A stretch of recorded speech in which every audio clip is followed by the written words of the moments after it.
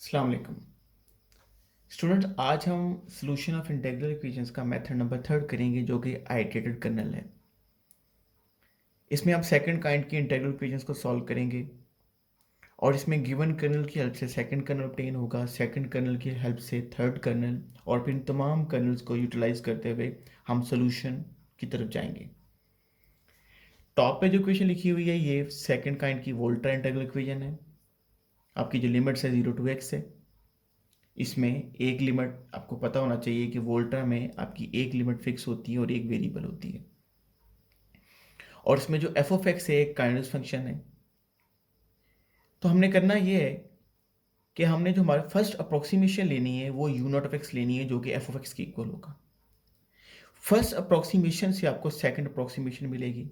जब आप इंटीग्रल के अंदर यू ऑफ टी की जगह पे जब यू नॉट रिप्लेस करेंगे तो आपको लेफ्ट हैंड साइड में मिलेगा यू वन ऑफ एक्स, और you not of x F of x के इक्वल है।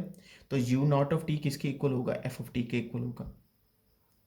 तो यू नॉट से आपने यू वन एक्स ऑब्टेन किया है, यानी कि फर्स्ट अप्रोक्सीमेशन से सेकंड अप्रोक्सीमेशन जो कि यू वन ऑफ एक्स है। अब यू नॉट से आपको यू वन मिल रहा है तो लिहाजा यू वन से आपको क्या मिलेगा? यू टू मिलेगा। फर्स्ट इक्वेशन से आपने यू वन ऑफ एक्स लेना है और सेकंड इक्वेशन में आपने यू वन ऑफ एक्स में सेकंड इक्वेशन में रिप्लेस कर देना है। लेकिन बात याद रहे कि ये आपके पास सेकंड इक्वेशन इंटीग्रल में यू वन ऑफ टी लिखा हुआ है, तो लिहाजा फर्स्ट इक्वेशन को सेकंड इक्वेशन में रिप्लेस करते वक्त जहां पर एक्स होगा वो टी में रिप्लेस होगा। लेकिन जब एक्स टी में रिप्लेस होगा तो ये के ऑफ टी टी और टी हो जाएगा और दोनों वेरिएबल मिक्स हो जाएंगे, जबकि एक वेरिएबल एक्स है दूसरा टी है। तो वेरिएबल को मिक्स होने से बचाने के लिए हम क्या करेंगे?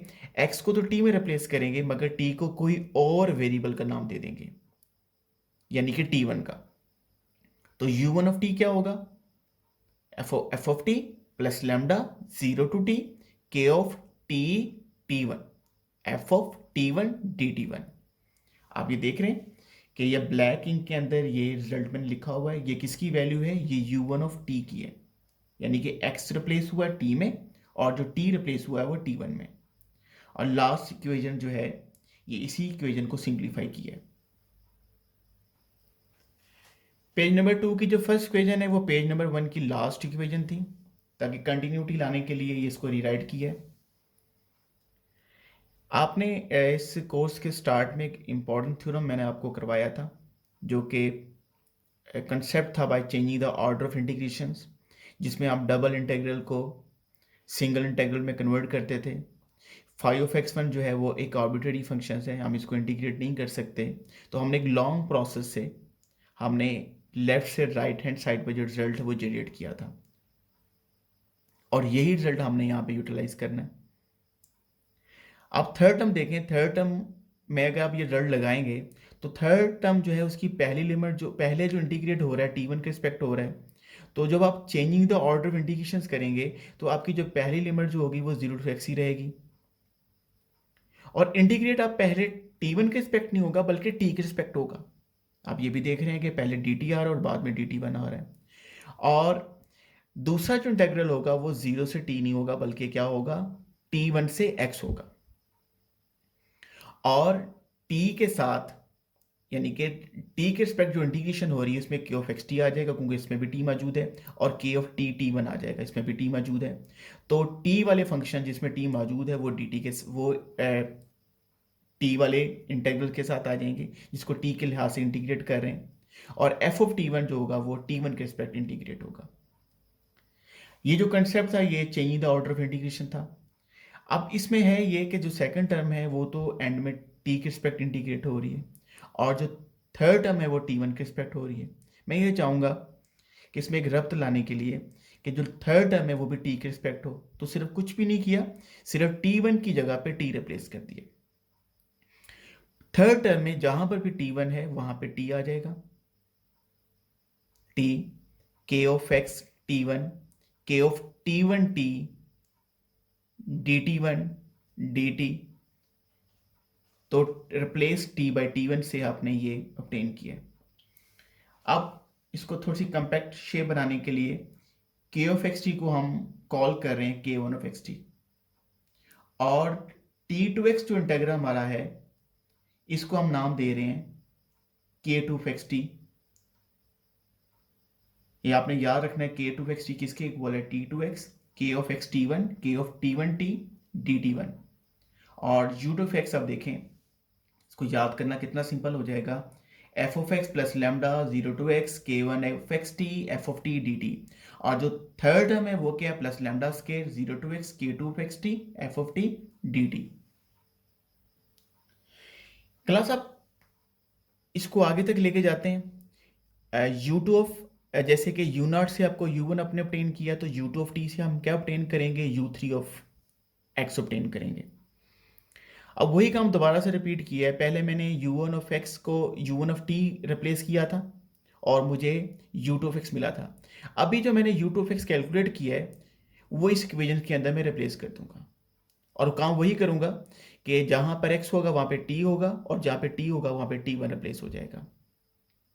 आप लास्ट पेज में देख सकते हैं, पेज नंबर 2 के एंड में, कि यहाँ पे यू टू ऑफ एक्स को एक्स की जगह पे टी रिप्लेस करके और टी की जगह पे टी में रिप्लेस करके ये ब्लैक इंक से लिखा हुआ है।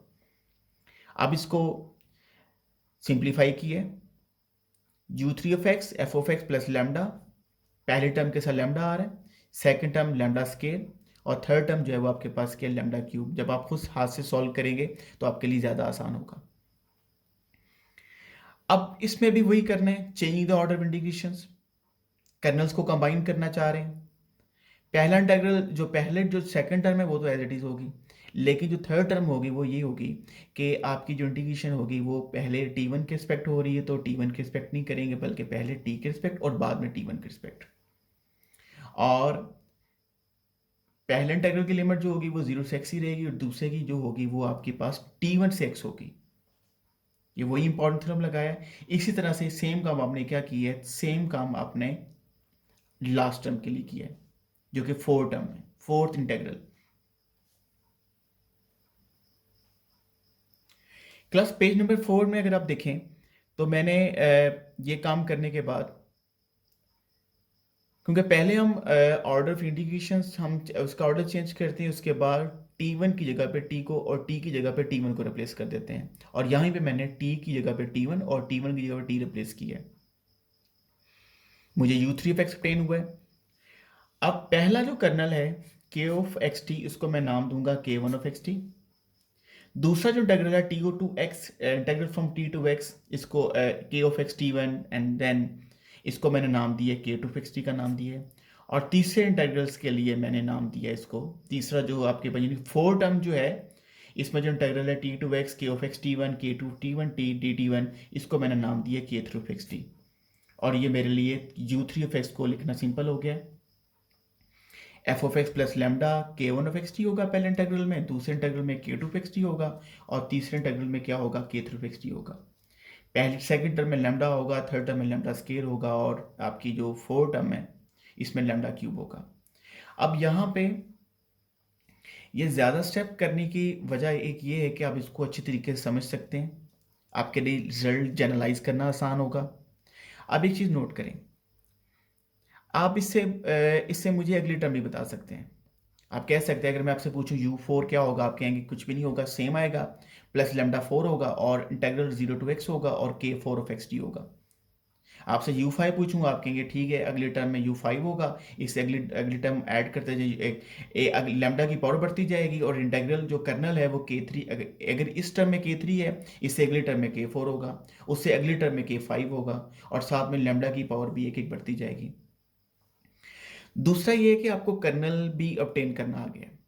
पहला कर्नल जो है वो इंटीग्रल के बगैर होता है, वो जो कर्नल कर्नल गिवन होता है वही के वन ऑफ एक्स टी होता है। जो दूसरा कर्नल होता है आप देखें लिमिट सेम होगी सब तमाम कर्नल में। पहले जो दूसरा कर्नल का जो पहला पार्ट आपके पास है वो के ऑफ एक्स टी वन है, के थ्री में भी क्या है, के ऑफ एक्स टी वन है, लेकिन के टू एक्स टी में क्या आ रहा है, यहाँ पे आ रहा है k one of t t one.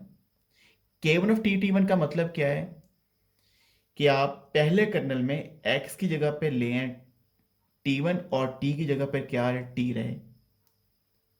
अब नोट करें कि के टू ऑफ एक्स टी अगर आप लेते हैं तो आपके पास इंटीग्रल के अंदर क्या पड़ा हुआ है, k one of t one T, और अगर आप के थ्री लेंगे तो इंटीग्रल के अंदर क्या पड़ा हुआ है, k two of t one T. देखिए स्टूडेंट, मैंने इसको जनरलाइज करके लिखा हुआ है। यू एन ऑफ एक्स आपके पास है, lambda 0 to x k1 of xt kernel है, यहाँ पे k2 of xt है, और जो पहला जो कर्नल है वो तो k1 of xt होता है। अब बाकी तमाम कर्नल एक ही फॉर्मूले से जनरेट होते हैं, और ये जो फॉर्मूला है ये n1 के लिए नहीं है, n2 या 2 से अबव के लिए है। बिल्कुल देखें, अगर k2 होगा तो k(x)(t)(1) होगा, अगर k2 होगा तो यहाँ पर 2 - 1 क्या है, k1 आ जाएगा। अगर यहाँ पे 3 होगा तो यहाँ पर क्या आएगा, 2 होगा। अगर यहाँ पे 5 होगा, यहाँ पर क्या होगा, 4 होगा। तो लिहाजा यहाँ पर n होगा, यहाँ पर क्या होगा, n-1 होगा। कोई भी क्वेश्चंस करने के लिए आप सिर्फ इसी फॉर्मूले को अगर आप याद रखें और कर्नल बनाने के तरीके को याद रखें, तो आप कोई भी इंटीग्रल इक्वेशन जिसको आप बेशक वो वोल्टा इंटीग्रल इक्वेशन हो या फ्रेडहोम हो, फ्रेडहोम में होगा क्या, लिमिट फिक्स होगी। फ्रेडहोम याद करना मुश्किल नहीं है, फ्रेडहोम में लिमिट चेंज नहीं होती। फ्रेडहोम अगर ए टू बी होगा तो ये ए टू बी होगा, ये भी ए टू बी होगा, और कर्नल के एन ऑफ एक्स टी भी क्या होगा, ए से बी होगा। जो लिमिट चेंज होती है वो वेरिएबल्स के अंदर होती है। तो वोल्ट्रा के अंदर जो है changing the order of integration जो है वो थोड़ा सा सीखने वाला है, लेकिन फ्रेडहोम में कोई इतना बड़ा इशू नहीं होगा। फ्रेडहोम बड़े आराम से आप कर लेंगे। फ्रेडहोम में लिमिट स्टूडेंट्स सेम रहेंगी, फिक्स रहेंगी। अब कोई भी क्वेश्चंस करने के लिए आपको सिर्फ ये रिजल्ट याद होना चाहिए कि आपका फॉर्मूला क्या है और आपने कर्नल कैसे ऑब्टेन करना है। Thank you very much.